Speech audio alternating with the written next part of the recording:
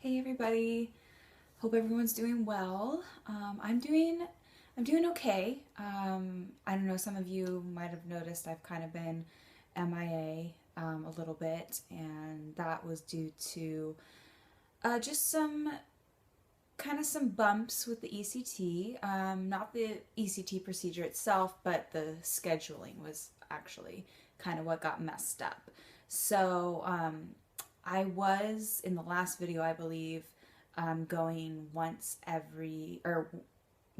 time every 3 weeks. And that was going fine. And then there was kind of some scheduling mishaps where I think I was out of town, and then the clinic wasn't open, and there was just different things that kind of ended up making it happen so that I didn't go for 6 weeks. And the last 2 weeks of those 6 weeks were terrible.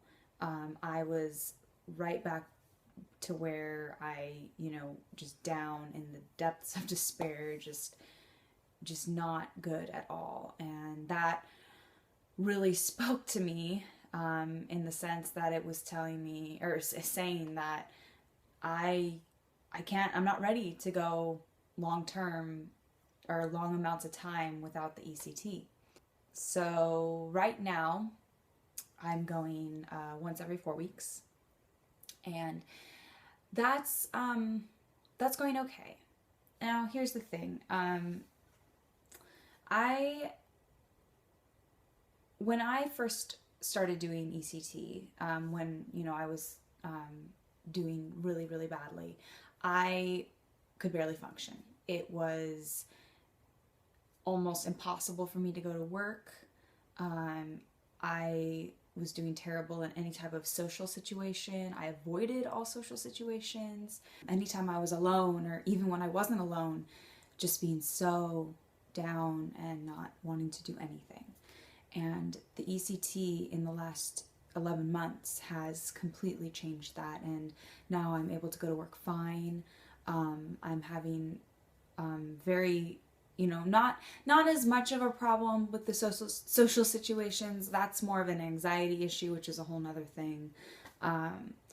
But one thing that I have been noticing lately is I still have no interest in the things that I love. I'm very into makeup and fashion, and I mean, I'm able to put makeup on, I'm able to put my clothes on, that's not a problem. But as far as really delving into that and researching it and being passionate about it, that's not really there anymore. I'm also a very avid writer and reader, and that's been non-existent as well. And I thought, once the ECT started working and I was feeling, more functional, that those things would sort of start to come back, and they haven't. And I've tried forcing myself to do them, but that doesn't really work either. And it's very strange. And so that is something that I am going to be speaking to my psychiatrist about. I actually emailed her last night, and I'm waiting for a response. She's usually very good about responding either the next day or the day after. So I'm hoping to get a response from her today. And yeah, so that's just something I wanted to share, that I'm doing. It's not, I don't want to complain. I don't want to say, oh, the ECT is not working, because that is completely not true. The ECT has changed my life. It has. I am in such a better place than I was a year ago. I mean, it's incredible. But I'm still not where I want to be. So that brings me to talking about therapy. The therapy that I was pursuing in the last video was through my healthcare provider. I was going once a month. And I actually haven't been since the last video. I just decided that I didn't make a good connection with the therapist. I didn't feel that going once a month is really going to help. And I think I talked about the strategy that she gave me, which was a little strange. And I don't know, it just wasn't what I was hoping for. And I am going to be enrolling in my husband's health insurance in October, I believe. And once I'm in under his insurance, I can start looking for private therapy.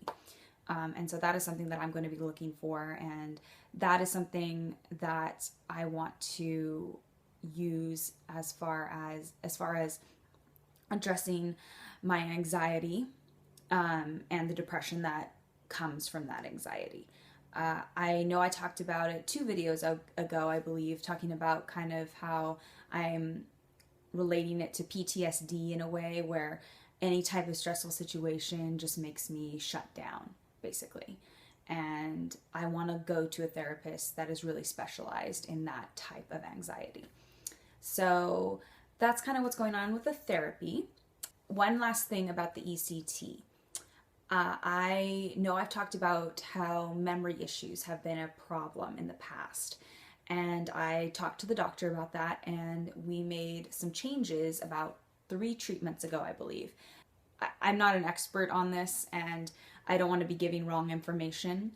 But the way they were, I want to say, applying the electricity was in a brief pulse. And what I'm going to be receiving now, or have received the last 3 treatments, is called an ultra brief pulse.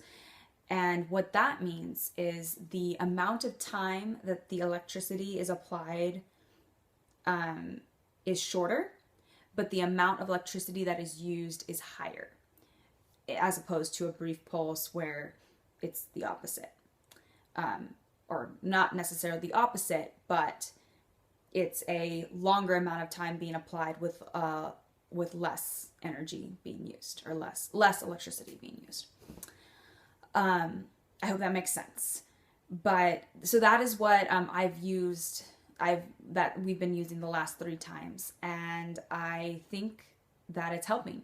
As far as I can tell, my memory seems to be doing a lot better, and I'm hoping that was why, and that we've made some changes now, then it's not going to be so much of an issue, because that definitely is, I want to say, the most obnoxious thing about the ECT, is the memory issues. Like I've said in the past, they're not debilitating, they're just annoying for the most part. So going back to what I was saying about having kind of the basically no motivation to do anything that I used to love to do, I'm going to be speaking to my psychiatrist and hopefully making some adjustments in medication. If not, maybe being able to seek therapy sooner. I'm not really sure. I'm going to do a video in a month from now, or it might be a little bit less than a month actually, and I'll definitely update you on what she has said. And I hope that everyone is doing well, and please feel free to email me, to message me on Facebook. I love hearing from you, and I love being able to talk with you, and this has just been such a wonderful experience, and I'm so thankful for each and every one of you, and thank you so much for watching and for supporting me, and I will talk with you soon, okay?